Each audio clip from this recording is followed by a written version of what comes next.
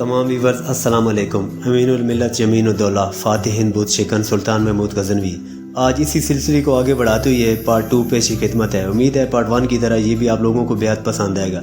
یہ ایک حیرت انگیز داستان ہے جو بر صغیر پاک و ہند میں سنگی میل کی حیثیت رکھتی ہے، جس تاریخ کی وجہ سے آج ہم مسلمانوں کا اس خطے میں نہ صرف وجود قائم ہے بلکہ ہمارے آباء و اجداد نے اس خطے کے لیے کیا کیا قربانی پیش کی ہیں وہ بھی آنے والی قسطوں میں اس کا تذکرہ کیا جائے گا۔ آپ سے گزارش ہے کہ چینل کو سبسکرائب اور ویڈیو کو لائک کر دیں تاکہ میں اس ایمان افروز سلسلے کو مزید آگے بڑھا سکوں۔ تو چلیں دوستو بسم اللہ کرتے ہیں۔ بسم اللہ الرحمن الرحیم۔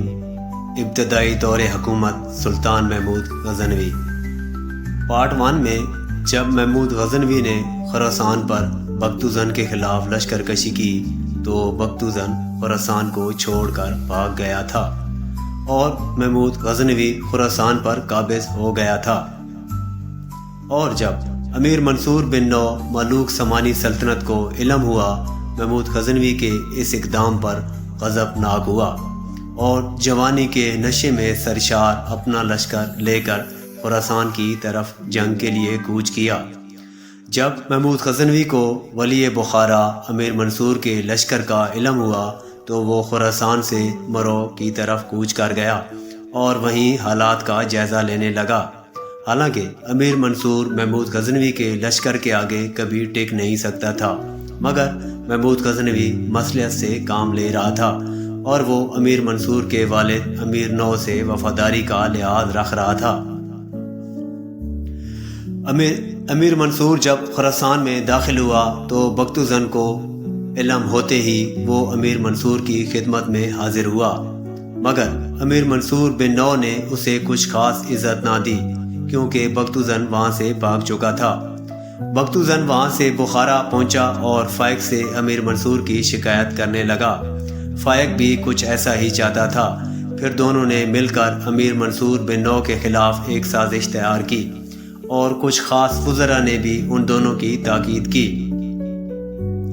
جیسے ہی امیر منصور بن نو ولی بخارا واپس بخارا پہنچا تو بختوزن اور فائق نے اسے دھوکے سے بلا کر اس کی آنکھوں میں سلائیاں پھروا دیں اور اسے قید خانے میں ڈال دیا اور امیر منصور بن نو کی جگہ اس کے بھائی نوعمر عبد الملک بن نو کو تخت پر بٹھا دیا۔ جب محمود غزنوی کو اس بات کا علم ہوا تو وہ بہت غضبناک ہوا۔ اس نے فائق اور بختوزن پر چڑھائی کر دی۔ ان کے ہمراہ نوعمر امیر عبد الملک بن نو بھی تھا۔ مارکہ مرو 390 ہجری میں مرو کے مقام پر محمود غزنوی اور ان تینوں فائق، بختوزن اور امیر عبد الملک بن نو سے مقابلہ ہوا۔ محمود غزنوی نے جرأت و بہادری کے جھنڈے گاڑے اور ان تینوں کو بھگا دیا۔ جدھر کسی کا منہ آیا ادھر کو بھاگ نکلے۔ امیر عبد الملک بن نو ملوک سمانی سلطنت نے بخارا پہنچ کر سکھ کا سانس لیا، جبکہ بختوزن نیشاپور خراسان بھاگ گیا۔ فائق بھی کرتے کراتے بخارا پہنچ گیا۔ محمود غزنوی نے بختوزن کا پیچھا جاری رکھا اور اسے خراسان سے نکال باہر کیا۔ بختوزن وہاں سے بھاگ کر بخارا جا پہنچا۔ محمود غزنوی خراسان پر مکمل قابض ہو گیا اور اقتدار سنبھال لیا۔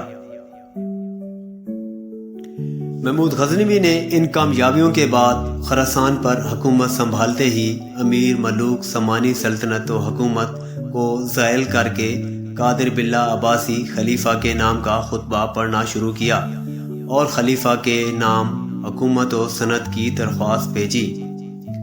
خلافت مآب نے سند و حکومت خلت و فخرہ کے ساتھ روانہ فرمائی اور محمود کو امین الملت یمین الدولہ کے خطاب سے بھی نوازا۔ خراسان کے اطراف میں موجود تمام ازکان و عمرا نے محمود غزنوی کی اطاعت قبول کر لی۔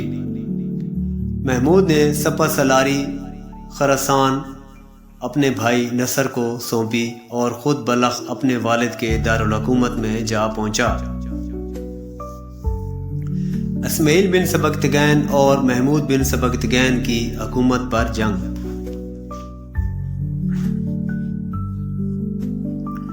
امیر سبکتگین کی حکومت در حقیقت ملوک سمانی کی ایک شاخ ہے اور اس سے اس دولت و حکومت کا درخت پیدا ہوا اور سرسبز و شاداب ہوا۔ اس دولت و حکومت کا اقتدار اور جاہ و جلالی بے حد بڑھا۔ ملوک سمانی جن ممالک اور بلاد ماور النہر، خراسان، عراق، وجم اور بلاد ترک پر قابض تھے، اس پر امیر سبکتگین نے قبضہ حاصل کیا۔ اس کے علاوہ ہندوستان میں بھی اس کا اس قدر اثر و رسوخ ہوا کہ عظیم الشان سلاطین میں شمار کیے گئے۔ سبکتگین کا دور حکومت۔ اس حکومت کا آغاز غزنی سے ہوتا ہے۔ سبکتگین جو اس حکومت کا مورث اعلیٰ ہے، جو تگین کا آزاد غلام تھا اور تگین ملوک سمانی کی خدمت کرتا تھا اور ان کا آزاد غلام تھا۔ جس وقت تگین زمانہ حکومت امیر سعید منصور بن نو میں بخارا آیا تھا، اس وقت سبکتگین بھی اس کے ہمراہ تھا اور اس کے دربار میں عہدہ حجابت پر مامور تھا۔ کچھ روز بعد بخارا میں قیام کرنے کے بعد امیر منصور نے تگین کو غزنی کی گورنری مرمت فرمائی۔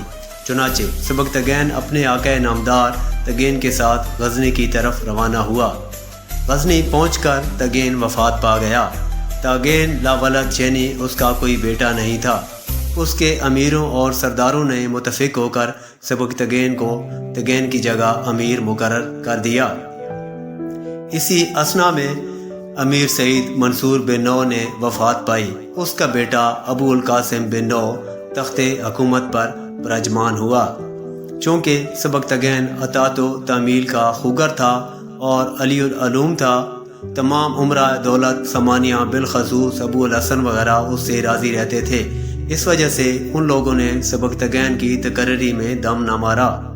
زیادہ زمانہ نہ گزرنے پایا تھا کہ ملوک سمانیہ پر ترکوں کے ہاتھوں غبار کی گھٹا چھا گئی۔ بکرا خان نے امیر نو سے بخارا کو چھین لیا۔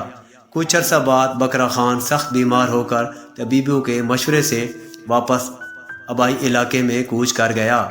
امیر نو اپنی کرسی حکومت پر بخارا واپس آ گیا۔ امیر نو اور سبکتگین۔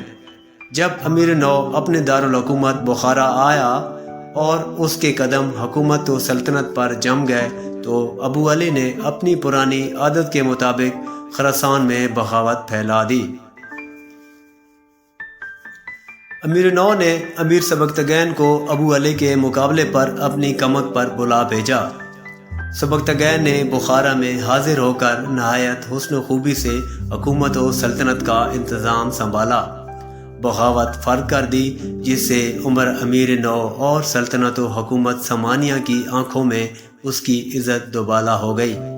اور پھر ولی بخارا ملوک سمانی سلطنت امیر نو نے امیر سبکتگین کو خراسان کی گورنری عطا کر دی۔ اس وقت خراسان میں بکرا خان ترک کا وفادار ابو علی قابض تھا۔ امیر سبکتگین نے بڑی بہادری و جرأت مندی سے خراسان پر لشکر کشی کی اور ابو علی کو خراسان سے نکال بار کیا اور امور حکومت سنبھال لیا۔ اسماعیل بن سبکتگین اور محمود غزنوی کی جنگ۔ سبکتگین کی وفات کے بعد اس کے لشکر نے اس کے بیٹے اسماعیل کی امارت کی بیعت کی اور یہی ولی عہد بھی تھا، مگر محمود سے عمر میں چھوٹا تھا اور کچھ مورخین کے مطابق یہ امیر سبکتگین کے آقا تگین کی بیٹی سے پیدا ہوا تھا۔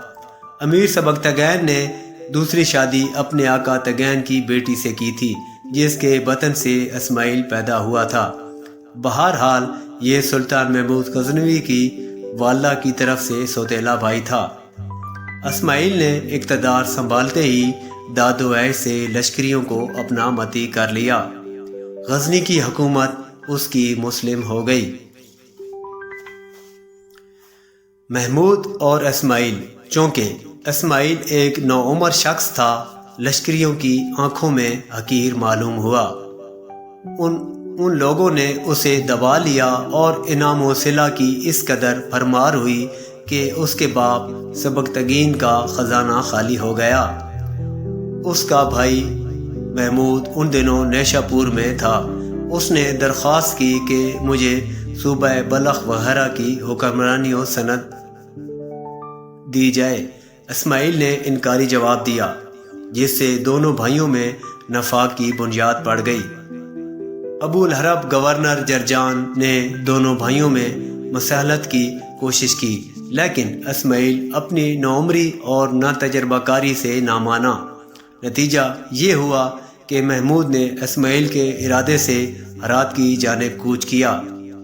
ہرات میں اس کا چچا بغرابق حکمرانی کر رہا تھا۔ اسماعیل کے حالات سن کر محمود کا ہم خیال ہو گیا۔ اس کے بعد محمود نے ہرات سے بس کی طرف قدم بڑھایا۔ یہاں پر اس کا دوسرا بھائی نصر تھا۔ محمود نے اسے بھی اپنی جانب مائل کر لیا۔